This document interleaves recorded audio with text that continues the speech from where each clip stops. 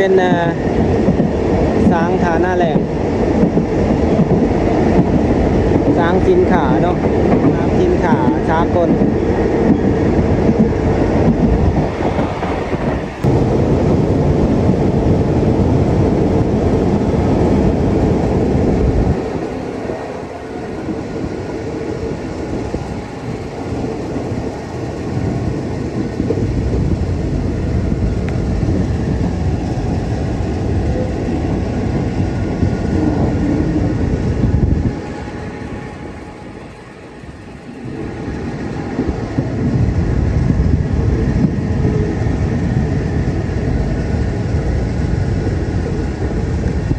ทิวทัศน์บรรยากาศตามสายทางรถไฟเนาะ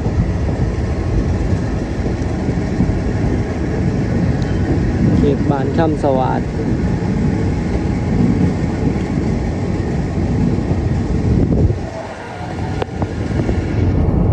เขาจะปลูกพักเนาะทางเป็นพักกาดขาวพักกาดเต็มมี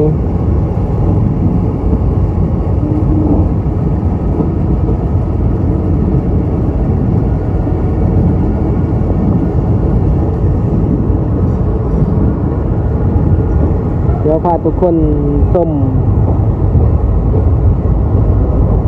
บรรยากาศนี้เนาะหอดแถวเขตด่าน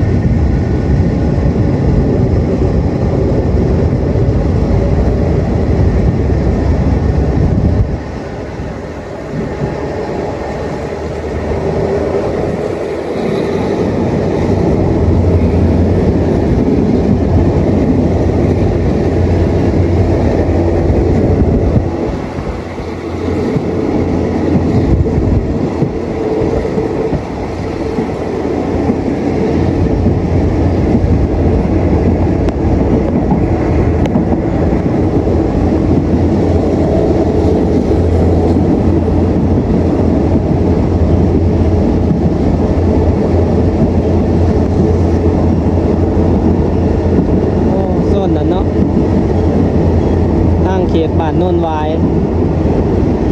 เลื่อนลังใหญ่ๆ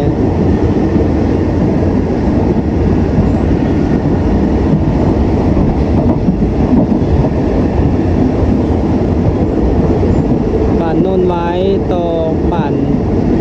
หน่อยเชียงดาแล้วนี่ก็คนมาอยู่หลายมันจะเป็นเส้นทางตามไหลทางรถไฟเนาะบน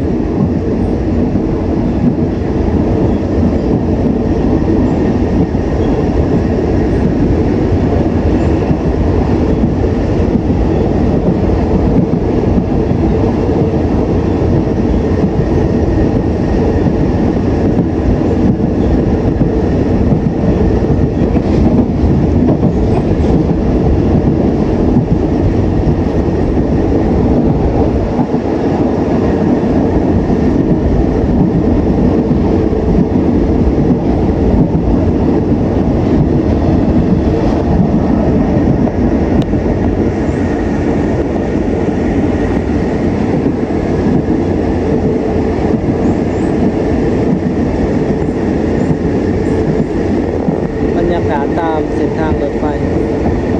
เขตบ้านเมืองหน่อยเชียงดาทุกคนบนเนาะที่มีเส้นทางมาตัดกับเส้นทางรถไฟ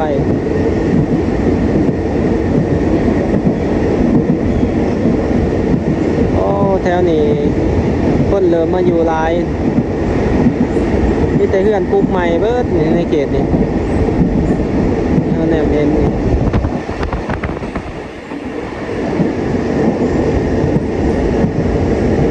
ประชากรอยู่เวียงจันทน์กำลังหนาแน่นขึ้นเนาะหลายๆ คนที่มาจากทางแขวงก็มาจับจองที่ดินมาอยู่ในนี่นี่คือแถวนี้เขาเจ้าปฐม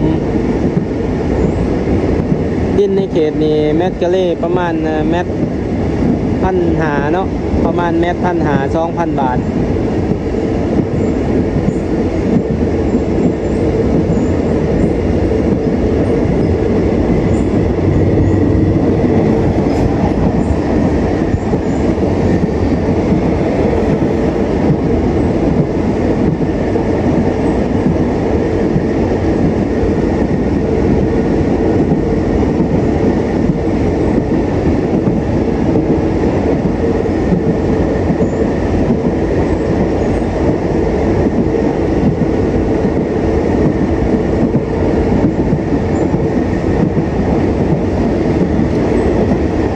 ก็มีโอกาสเนาะถือว่า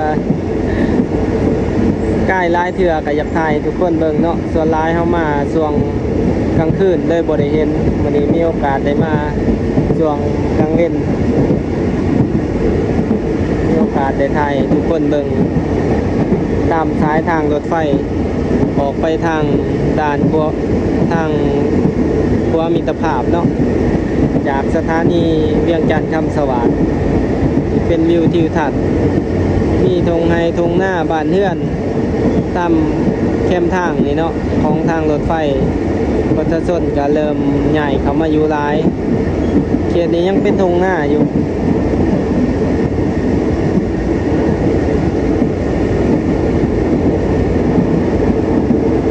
โอ้ตอนนั้นนะ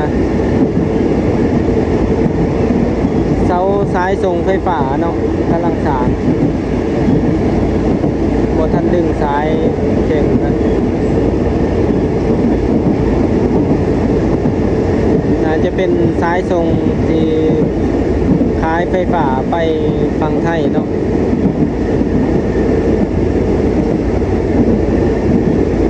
ตอนนี้เราก็สิมาผ่านเขตทางรถไฟลาวจีน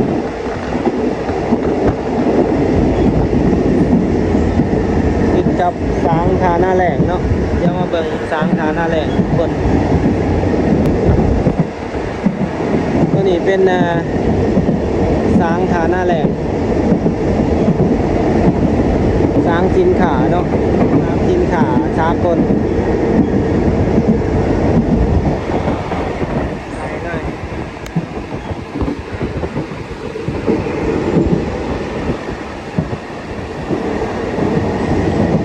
ข้างในก็จะมีตึกอาคารของบริษัทที่เขามา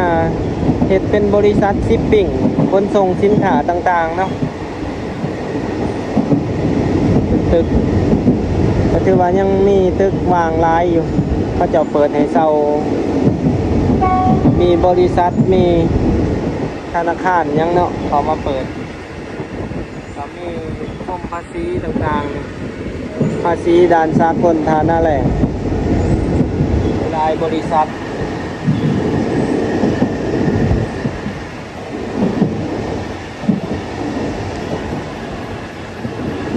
มีหานกาแฟเนาะตอนนี้เดี๋ยวเห็นเป็นหานกาแฟเจลามองเป็นคาเฟ่ตอนนี้เราก็มาหอดสถานีรถไฟทาหน้าแหลง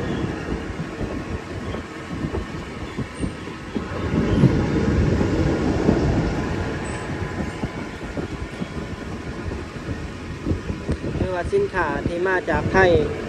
หรือว่าจะออกจากลาวก็ต้องมาผ่านด่านนี้เนาะจะเป็นรถไฟขนสินค้า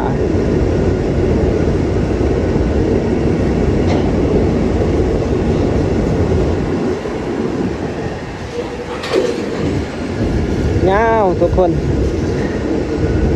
ประเทศที่มีรถไฟก่อนนี่ถือว่าได้เปรียบเนาะเจริญไว้เพราะว่าต้นทุนของรถไฟสร้างแพงทำอิฐเนาะแต่ว่าสร้างแล้วคือว่าได้ประโยชน์หลายคนสินค้าเที่ยวหนึ่งได้เป็น4-50โบกี้เนาะ4-50ตู้คอนเทนเนอร์แต่ว่าถ้าใส่รถพ่วงนี่โอ้ใส่น้ำมันมหาศาลเนาะแก่เครื่อง คือจังสันคือเฮาเห็นนี่แต่ว่ารถไฟนี่มันขบวนเดียวเนาะแกได้หลาย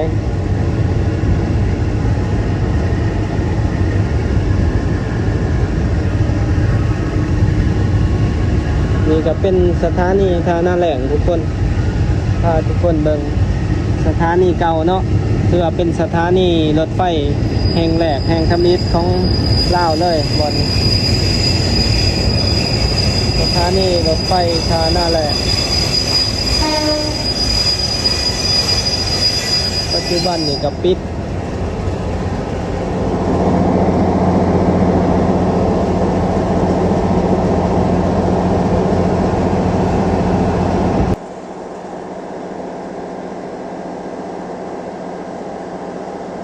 เจ้าหน้าที่เนาะลง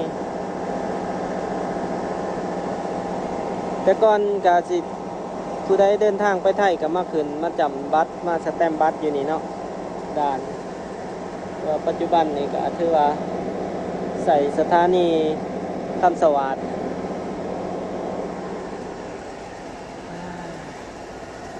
นั่งรถไฟคนเดียวทุกคนมานี่ถือว่าโบมีไฟเลยขบวนนี่เป็นขบวนของเฮา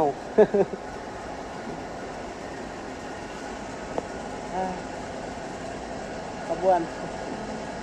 รถขบวนนี่เฮาคนเดียวเป็นผู้โดยสารได้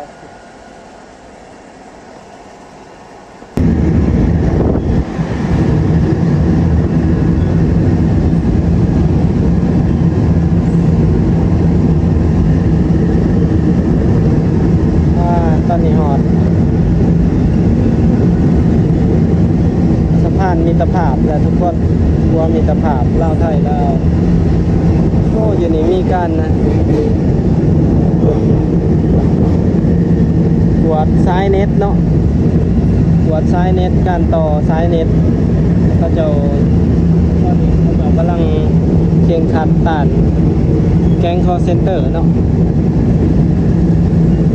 โอ้บรรยากาศมันนี่แดดเปรียงๆเลยมันนี่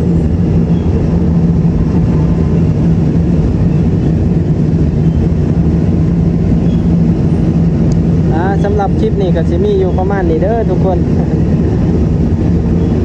พาชมวิวทิวทัศน์จากแคมป์ทางสถานีคำสวรรค์เนาะจนมาหอนทางฝั่งน้องค่าย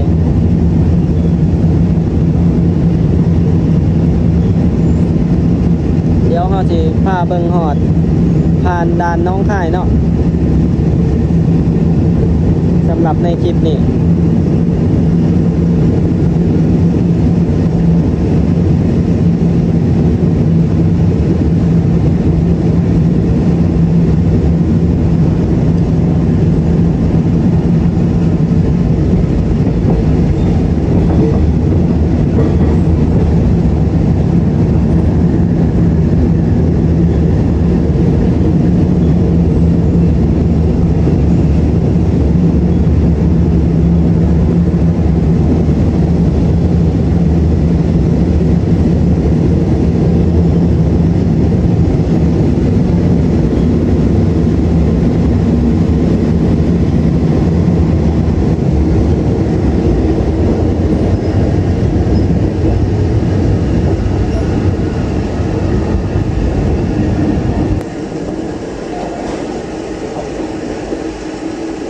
เบิ่งรถลาวทั้งรถลาวรถไทยเนาะสีเดินทางออกไปเวียงจันทน์